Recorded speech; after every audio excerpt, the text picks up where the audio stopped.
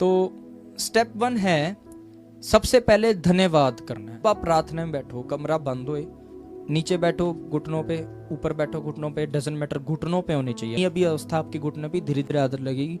बैठ के थोड़ा कैसे भी बैठ के कोशिश करो। पहला क्या काम है, हमें बंद कमरे में सेपरेट जा करके, अगर आपके घर में एक ही कमरा है, कोई एक कोना पकड़ो, बस डिस्टरबेंस नहीं होनी चाहिए आपका ध्यान परमेश्वर की ओर लगे। पर कोई बात नहीं, ध्यान हर जगह लगाया सकता है, चाहे कोई एक कमरा है, सेपरेट कमरा आपके पास प्रेयर के लिए है या नहीं है, कोई फर्क नहीं पड़ता। तो ये भी भूल जाओ, पहला काम है बैठना है अपने घुटनों के बल परमेश्वर के सामने, क्योंकि घुटने के बल बैठना हमारा समर्पण और दीनता दिखाता है।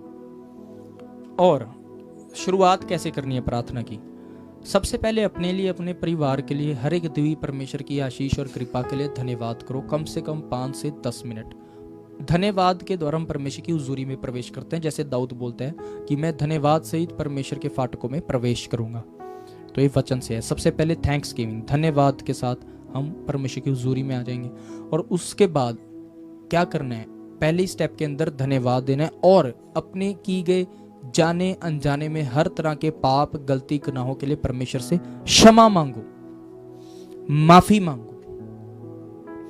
दूसरा काम है स्टेप 2, जब क्षमा भी मांग ली और अपने आप को, अपने परिवार को प्रभु यीशु के लहू में ढापना है, अपने घर के ऊपर अंदर चारों दिशाओं में यीशु के लहू का बाड़ लगाना है, ताकि शैतान आपको ना रोक सके प्रार्थना में। जब ये 2 काम हो गए हैं, और ये दोनों काम करने में आपको 15 मिनट कम से कम लगाने हैं, उसके बाद आपको कम से कम 5 से 10 मिनट की आराधना में जाना है, क्योंकि आराधना के द्वारा हमारा मन हल्का हो जाता है और परमेश्वर की प्रेजेंस छा जाती है, पवित्र आत्मा और परमेश्वर के दूत हमारे साथ उतर जाते हैं। तो 10 मिनट आराधना करने के बाद आप 25 मिनट प्रार्थना कर चुके हैं। आगे फिर आपको अपनी प्रार्थना विषय परमेश्वर के आगे रखने हैं। और विषय कैसे कैसे रखने हैं, पहले नोट डाउन करो आपकी जीवन की बड़ी प्रॉब्लम्स कौन सी है, बड़ी, उससे थोड़ी छोटी, उससे थोड़ी छोटी, ऐसे करके आपने सारे विषय नोट डाउन करके एक एक विषय पे 5-5 मिनट परमेश्वर से प्रार्थना करनी है। और परमेश्वर को कहना है कि उस विषय, उस प्रॉब्लम का बंधन तोड़े और परमेश्वर उस दिक्कत, परेशानी, बदहाली को दूर करे। एक एक विषय के लिए आपने 5-5 मिनट प्रार्थना करनी है। अगर आप 5 विषय भी परमेश्वर के आगे रखते हैं, आपके 25 मिनट और प्रार्थना में निकल जाएंगे और इसके द्वारा आपकी 50 मिनट की प्रार्थना हो चुकी है।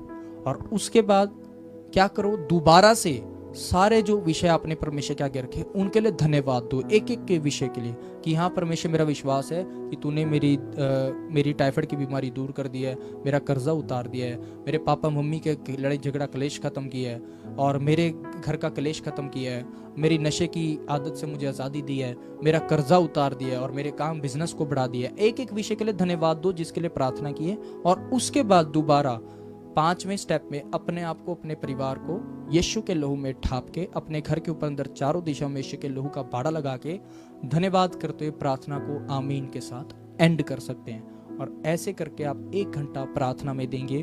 और 1 घंटा भी अगर एक टाइम आपने प्रार्थना कर दिया, बहुत बड़ा काम कर रहे हैं, धीरे धीरे बढ़ती जाएगी। 1 घंटा शुरू करो, जब 1 घंटा करने लगे, हर एक स्टेप में 5-5 मिनट बढ़ा दो, अपने आप प्रेयर बढ़ जाएगी। ये तरीका है प्रेयर बढ़ाने का। लोगों को पता ही नहीं आता कि प्रेयर कैसे करनी है, प्रेयर कैसे बढ़ानी है। ऐसे बढ़ाई जाती है। और ऐसे प्रार्थना के बाद आप बाइबल रीडिंग में जा सकते हैं। तो इस प्रकार 1 से 1.5 घंटा आप एक वक्त में परमेश्वर को दे रहे हैं। और ऐसे करने से आपके बंधन टूटेंगे।